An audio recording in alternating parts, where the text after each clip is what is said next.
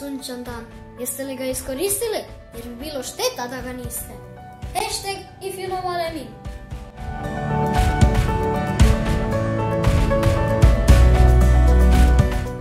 A za danas sam vam odabrao ovaj citat. Svatko je osoba kakva jest zbog onoga u što vjeruje. Rekla je to Oprah Winfrey. Mislim da je Oprah Winfrey na nekom tragu. Što vi mislite? Recite u mojim komentarima i vidimo se sutra. Bok!